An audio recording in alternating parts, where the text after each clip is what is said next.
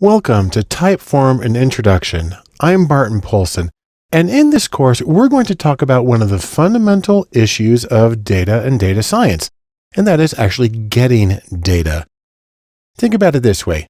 You're going to do a project. Do you need data? Far and away, the best way to do this is just ask. And Typeform is an online application that makes that really simple. Typeform is an online application that makes it really easy to construct attractive and inviting and human-oriented surveys and other forms for getting data from people out there in the real world.